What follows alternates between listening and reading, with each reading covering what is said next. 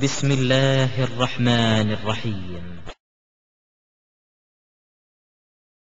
பேரன்பிற்கும் பெருமதிப்பிற்கும் உரிய எல்லாம் வல்ல அல்லாஹ்வின் நல்லடியார்களே, இந்த நோன்பு, இந்த பெருநாள் கொண்டாட்டம் இதுவெல்லாம் எதற்கு என்றால், இந்த ரமலான் மாதத்தில்தான் மனிதர்களுக்கு நேர்வழிகாட்டியான, மனிதர்களுக்கு அற்புதமான வாழ்க்கை நெறியான திருமறை குர்ஆன் இந்த மாதத்தில் தான் அருளப்பட்டது.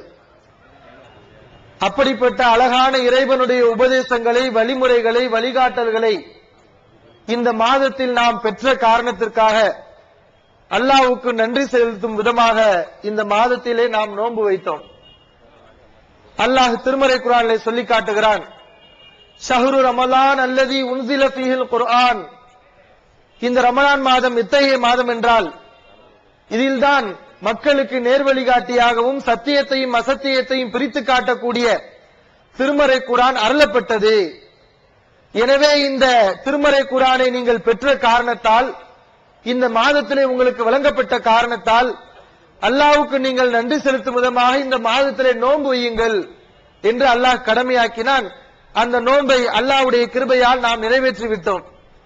இந்த நோன்புடைய அடிப்படையான நோக்கம் என்னவென்றால், அல்லாஹ்வுடைய அச்சத்தை நம்முடைய மனதில் நாம் உணர வேண்டும், இறையச்சம் நம்முடைய மனதில் வர வேண்டும். அந்த காரணத்துக்காகத்தான் அல்லாஹ் நோன்பை கடமையாக்கினான்.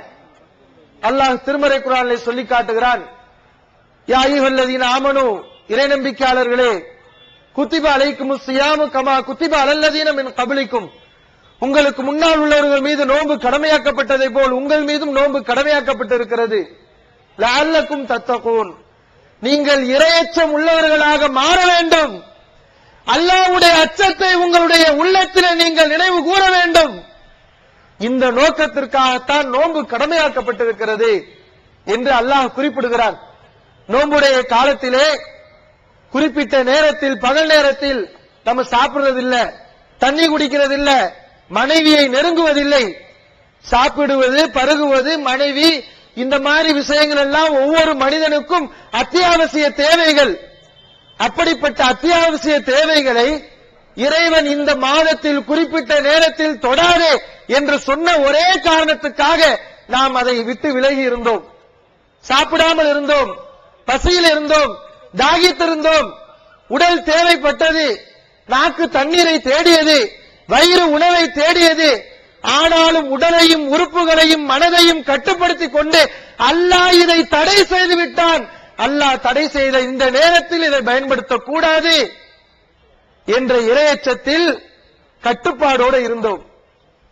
அல்லாஹ் அவசியமாக்கிய இந்த விஷயங்களையே அல்லாஹ்வுக்கு பயந்து நாம் குறிப்பிட்ட நேரத்தில் தியாகம் செய்தோம். இந்த மாதிரியான ஒரு பயம் எல்லா காலத்திலும் வர வேண்டும். நோன்புடைய நேரத்திலே தனி அறையில் நாம் இருந்திருப்போம், யாரும் நம்மை பார்த்திருக்க மாட்டார்கள். நாம் நினைத்திருந்தால் வீட்டில் இருக்கக்கூடிய உணவை எடுத்து சாப்பிட்டு இருக்கலாம், ஃப்ரிட்ஜை திறந்து பானங்களை எடுத்து குடித்திருக்கலாம். ஆனால் நாம் செய்யவில்லை.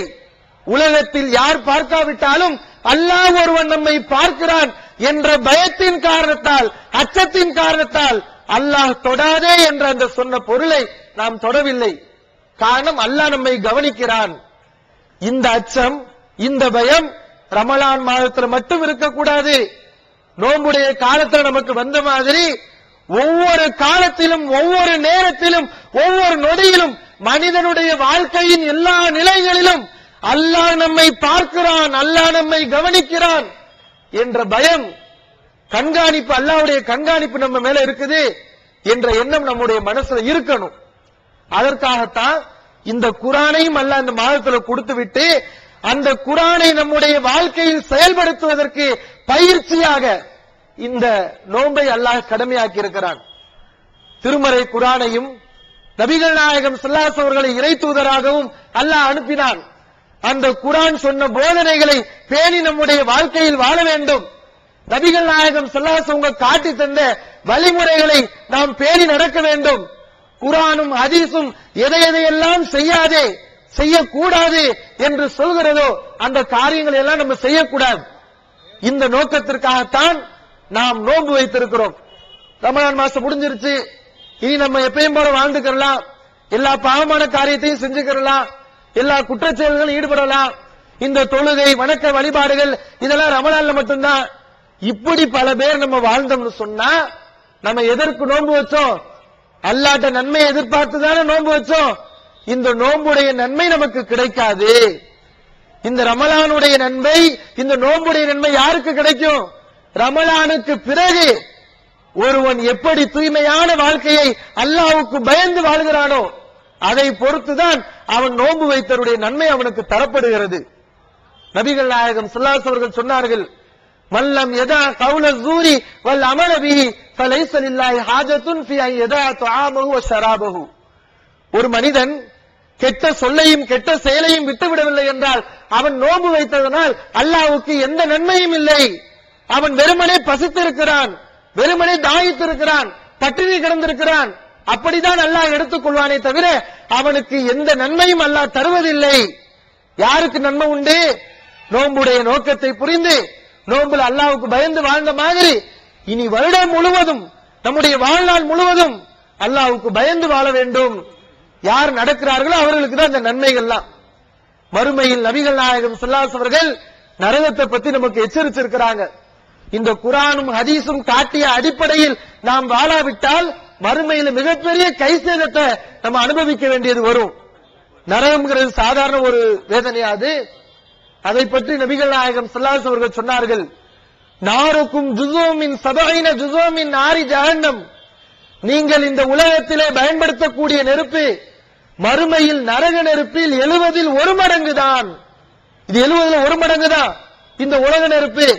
அந்த உலக நெருப்பு எவ்வளவு பாதிப்புகளை நம்ம உடம்புல ஏற்படுத்துது. மனித உடம்பையை உருக்குலைத்து விடுகிறது, நாசமாக்கி விடுகிறது, சாம்பலாக்கி விடுகிறது. இதை விட 69 மடங்கு பயங்கரமான சக்தி உள்ளது நரக நெருப்பு. அப்படிப்பட்ட நரகத்துக்கு நாம் சென்று விடலாமா? செல்லக்கூடாது. அதற்கு வழி குர்ஆன் ஹதீஸ் அடிப்படையில் உலகத்தில் வாழ வேண்டும். நரகத்திலே குறைந்தபட்ச தண்டனை யாருக்கு தெரியுமா?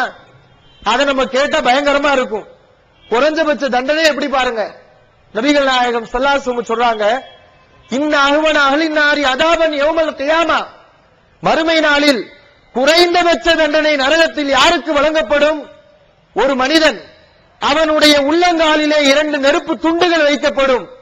கீழே வைக்கக்கூடிய இந்த நெருப்பு துண்டுகளால் அவனுடைய மூளை கொதிக்க ஆரம்பித்து விடும் என்று நபிகள் நாயகம் ஸல்லல்லாஹு அலைஹி வஸல்லம் சொல்லி காட்டுகிறார்கள். இந்த உலகத்தில் உள்ள நெருப்புக்கு அப்படி சக்தி உண்டா? கீழே வச்சா கீழே மட்டும் தான் வெந்து போகும். ஆனா நரக நெருப்பு கீழே வச்சா உச்சந்தலைக்கு வரைக்கும் அவனுடைய சூடு ஏறும். கீழே வைக்கக்கூடிய அந்த சூட்டால் தலையில் இருக்கக்கூடிய மூளை கொதிக்கும் என்று நபி அவர்கள் சொல்கிறார்கள் என்றால் மறுமையின் வேதனை இந்த உலகத்தின் வேதனையை விட பயங்கரமானது, கொடுமையானது.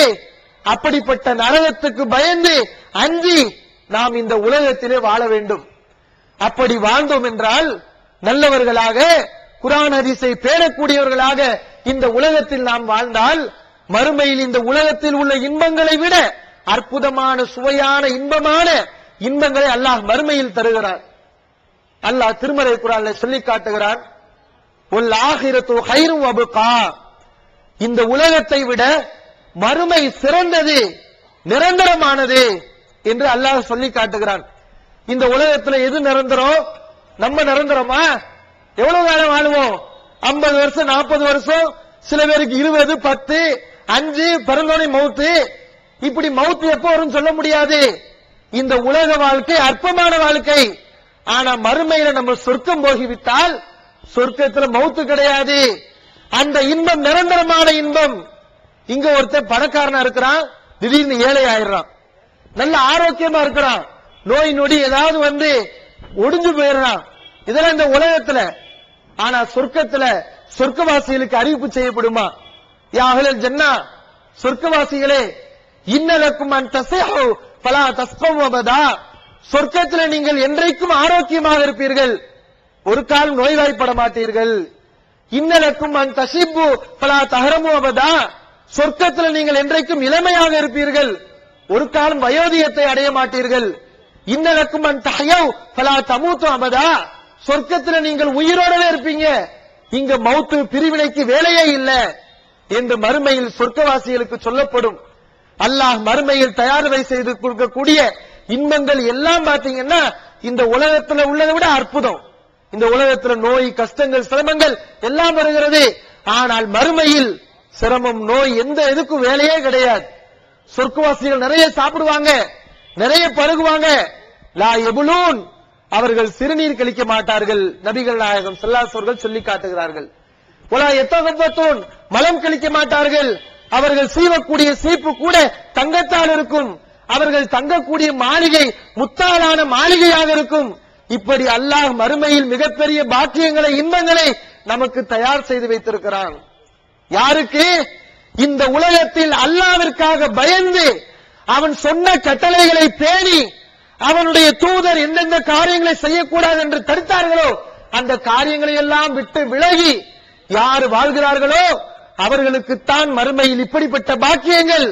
அவர்கள்தான் மறுமையில் நரகத்திலிருந்து தப்பிப்பார்கள், சொர்க்கத்துக்கு செல்வார்கள். நாம் சொர்க்கம் செய்யக்கூடிய மக்களாக இருக்க வேண்டும்.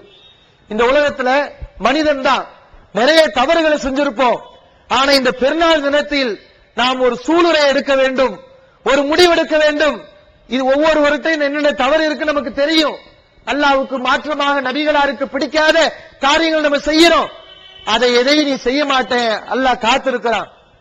யா இபாதி அல்லதீன அஸ்ரஃபு அலா அன்ஃபுஸிஹிம், தங்களுக்கு தானே அக்கிரமம் செய்து கொண்ட என்னுடைய அடியார்களே, லா தக்னது மின் ரஹ்மத்தில்லாஹ், அல்லாஹ்வுடைய அருள் கிடைக்காது என்று நீங்கள் நினைக்காதீர்கள். அல்லாஹ்வுடைய அருளை நிராசை அடையாதீர்கள். இன்னல்லாஹ் யக்ஃபிரு துனூப ஜமீஆ, அல்லாஹ் எல்லா பாவத்தையும் மன்னிக்க தயாராக இருக்கிறான் என்று அல்லாஹ் திருமறை குர்ஆனிலே சொல்லி காட்டுகிறான். நம்ம மனம் திருந்தினால், ஒரு தூய்மையான வாழ்க்கையை வாழ்வதற்கு தயாரானால், கடந்த காலத்தில் நாம் செய்த எல்லா பாவங்களையும் அல்லாஹ் நமக்காக மன்னிக்க தயாராக இருக்கிறான். அப்படிப்பட்ட கருணை ரப்புல் ஆலமீன் அவன் இருக்கிறான். அவனிடத்தில் நிறைய பாவ மன்னிப்பு தேடுங்கள். அல்லாஹ்விடத்தில் மறுமையில நம்ம வெற்றி பெற வேண்டும் என்று நிறைய மன்றாடுங்கள். இந்த உலகத்தில் வாழும்போது பிறருக்கு நோவினை செய்யாமல், கெடுதல் செய்யாமல், சகோதரர்களாக, நண்பர்களாக, அடுத்தவர்களுக்கு உதவி செய்யக்கூடியவர்களாக, நல்ல குணமுள்ளவர்களாக வாழ வேண்டும். முஸ்லிம் என்றாலே யார்? நபிகள் நாயகம் ஸல்லல்லாஹு அலைஹி வஸல்லம் சொன்னார்கள், அல் முஸ்லிமு மன் சலிமன் நாசு மின் லிசானிஹி வ யதிஹி. முஸ்லிம் யார் தெரியுமா? அவனுடைய நாவாலும் கரத்தாலும் பிற மக்கள் நோவினைப்படவில்லை என்றால் அவன்தான் முஸ்லிம். முஸ்லிம் என்றால் அடுத்த மக்களுக்கு சொல்லால் கூட கஷ்டத்தை தரக்கூடாது, தன்னுடைய செயலால் கூட கஷ்டத்தை தரக்கூடாது. பிற மக்களுக்கு இடைஞ்சல் இல்லாமல் முடிந்தால் நன்மை செய், முடியாவிட்டால் பிறருக்கு இடைஞ்சல் கொடுக்காமல் வாழ் என்று நபிகள் நாயகம் ஸல்லல்லாஹு அலைஹி வஸல்லம் போதனை கூறுகிறது. அந்த முறைப்படி நாம வாழ வேண்டும். நமக்கு முன்னாடி வாழ்ந்தவர்கள் குர்ஆனையும் ஹதீஸையும் பேணி தூய்மையான ஒரு வாழ்க்கையை வாழ்ந்தார்கள். அதனுடைய வெளிப்பாடு என்ன? அவர்களை பார்த்து அல்லாஹ்வுடைய கிருபையால இன்றைக்கு நிறைய மக்கள் இஸ்லாத்துக்கு வந்திருக்கிறாங்க. நம்மளா இன்னைக்கு இஸ்லாத்து முஸ்லிமா இருக்கிறோமே, எப்படி இருக்கிறோம்? நம்மளா இந்த நாட்டின் குடிமக்கள், இந்த மண்ணிலே பிறந்தவர்கள், ஆனால் முஸ்லிம்களாக இருக்கிறோம். காரணம், இஸ்லாத்தை சொல்வதற்கு நம்ம நாட்டிற்கு முன்னாடி நிறைய பேர் வந்தாங்க. அவங்களுடைய வாழ்க்கையில, பேச்சில, நடத்தையில, செயல்பாடுகள்ல, குடும்பத்தில, வியாபாரத்தில, எல்லாவற்றிலும் அவர்கள் இந்த தூய்மையான கொள்கையை, குர்ஆனை, நபிகளாருடைய போதனையை பேணி நடந்தார்கள். அதை நம்மெல்லாம் பார்த்தோம், நம்முடைய மூதாதையர்கள் பார்த்தார்கள். அதனால் கவரப்பட்டு இஸ்லாத்தை தழுவினார்கள். முஸ்லிமா வாழ்ந்தா இவ்வளவு தூய்மையா வாழலாமா? இஸ்லாமிய மார்க்கத்துல இவ்வளவு ஒழுக்கங்கள் சொல்லப்பட்டிருக்கிறதா? இஸ்லாத்தை கடைபிடிச்சா இப்படி எல்லாம் நல்லவனா வாழலாமா என்று பார்த்துதான் இந்த மார்க்கத்தை நோக்கி மக்கள் கூட்டம் கூட்டமாக வந்து கொண்டிருக்கிறார்கள். இப்போதும் நிறைய மக்கள் இஸ்லாத்தில் தழுவி கொண்டிருக்கிறார்கள். நம்ம செய்ய வேண்டிய காரியம் என்ன? அல்லாஹ் நமக்கு மிகப்பெரிய பாக்கியமான இஸ்லாம் என்ற இந்த பாக்கியத்தை கொடுத்திருக்கிறான். இந்த பாக்கியத்தை பிற மக்களுக்கு நாம் சொல்ல வேண்டும் என்றால் முதலில் நம்முடைய வாழ்க்கையில இஸ்லாத்தை நம்ம கடைபிடிக்கணும். குர்ஆன் ஹதீஸ் அடிப்படையில நம்ம வாழ்க்கையை அமைச்சுக்கணும். நம்மளை பார்த்து இந்த பாய் எவ்வளவு அழகா வாழ்றாரு, இவரமாய் நம்மளும் வாழ்ந்தால் என்ன என்று 4 பேர் நம்மை பார்த்து இஸ்லாத்துக்கு வருவதற்கு நாம காரணமாக இருக்க வேண்டும். நம்முடைய வாழ்க்கை அப்படிப்பட்ட வாழ்க்கையாக இருக்க வேண்டும். அதுக்கு குர்ஆனை நம்ம படிக்கணும். அல்லாஹ் இந்த ரமலான் மாசத்துல குர்ஆனை கொடுத்தா அதுக்கு தானே நன்றி செலுத்தும் விதமா நம்ம நோன்பு வைக்கிறோம். இந்த குர்ஆனை நம்ம எத்தனை பேர் படிக்கிறோம்? ஒவ்வொரு நாளைக்கு பேப்பரை படிக்கிறோம், கண்ட கண்ட இதழ்களை படிக்கிறோம், எத்தனை விஷயங்களை கேள்விப்படுறோம். அல்லாஹ் நீ எப்படி வாழ வேண்டும் என்பதற்கு வழிமுறையாக ஒரு வேதத்தை கொடுத்தானே, அதற்கு விளக்கமாக ஒரு தூதரை அனுப்பினானே, அந்த அல்லாஹ் தந்த வேதத்தில் எத்தனை வரிகளை ஒரு நாளைக்கு நீ படிக்கிறாய்? அல்லாஹ்வின் தூதருடைய போதனைகளை எத்தனை போதனைகளை நீ படிக்கிறாய்? அப்ப இதெல்லாம் நம்ம ஒழுங்கா குர்ஆனை ஹதீஸை நம்ம படிக்கத்தான் நம்முடைய வாழ்க்கை மெருகூறும், நம்முடைய வாழ்க்கை சிறப்புறும், நாமும் நல்லா இருப்போம், நம்மளை சுத்தி இருக்கக்கூடிய மக்களும் நல்லா இருப்பார்கள். நம்மை அண்டி வாழக்கூடிய நமக்கு பக்கத்தில் இருக்கக்கூடிய மாற்று மத சகோதர சகோதரிகளிடம் அன்பு நட்பு ஏற்பட்டு அவர்கள் நம்ம மீது பாசமாக நடப்பார்கள். இதெல்லாம் எப்ப நடக்கும்? நம்ம குர்ஆனுக்கு உட்பட்டு ஹதீஸுக்கு உட்பட்டு நம்முடைய வாழ்க்கையை அமைத்துக் கொண்டால்தான். இதர் நோம்புடைய காலத்தில் நம்ம இறையச்சத்தை வளர்த்துக் கொண்ட மாதிரி எல்லா காலத்திலையும் நம்ம இறையச்சத்தோடு இருக்கணும், மார்க்க தொடர்போடு இருக்கணும், அல்லாஹ்வுடைய உபதேசங்களை கேட்டுக்கொண்டே இருக்க வேண்டும். அதற்குத்தான் தமிழ்நாடு தௌஹீத் ஜமாத் இதையே உயிர் மூச்சா கொண்டு குர்ஆன் ஹதீஸை மக்களுக்கு சொல்ல வேண்டும் என்பதை உயிர் மூச்சாக கொண்டு இதை ஒரு பெரிய பணியாக கையில் எடுத்து ஜமாத் இதை செய்து கொண்டிருக்கிறது. இந்த நன்மையா பல பணிகள் ஜமாத் செய்கிறது. மாற்று மத மக்களுக்கு இஸ்லாத்தை சொல்லக்கூடிய அற்புதமான பணி. இஸ்லாத்துக்கு வந்து விடுகிறார் ஒருவர், அவருக்கு இஸ்லாத்துடைய அடிப்படை கொள்கைகளை விவரிக்கக்கூடிய பணி. முஸ்லிம்களாக வாழக்கூடிய நம்மக்கள்கிட்ட பல பேரிடத்துல வட்டி இருக்கிறது, வரதட்சணை இருக்கிறது, பிறரை ஏமாற்றக்கூடிய பித்தலாட்ட வியாபாரங்கள் இருக்கிறது. இந்த மாதிரியான தப்பு தவறுகளை சொல்லி மக்களை திருத்தக்கூடிய அரும்பணியையும் இந்த ஜமாத் செய்கிறது. இப்படி இறையச்சமிக்க நிறைய பணிகளை ஜமாத் செய்து கொண்டிருக்கிறது. இந்த ஜமாத்துல நம்ம சேர்ந்து இந்த பணிகளில் நாம் கலந்து கொண்டோம் என்று சொன்னால் இந்த உலகத்தில் வாழக்கூடிய நேரத்தில் நம்முடைய வாழ்க்கை முழுவதும் அல்லாஹ்வுக்கு உவப்பான வாழ்க்கையாக, மறுமையில் வெற்றியை பெற்றுத்தரக்கூடிய அற்புதமான வாழ்க்கையாக நம்முடைய வாழ்க்கை அமையும் என்பதை தெரிவித்துக் கொள்கிறேன். எல்லாம் வல்ல இறைவன் நம்மை இம்மையிலும் மறுமையிலும் வெற்றிக்குரியவர்களாக ஆக்கி அருள்வானாக. ஆகிர் தாவானா அல்ஹம்துலில்லாஹ். அல்லாஹ்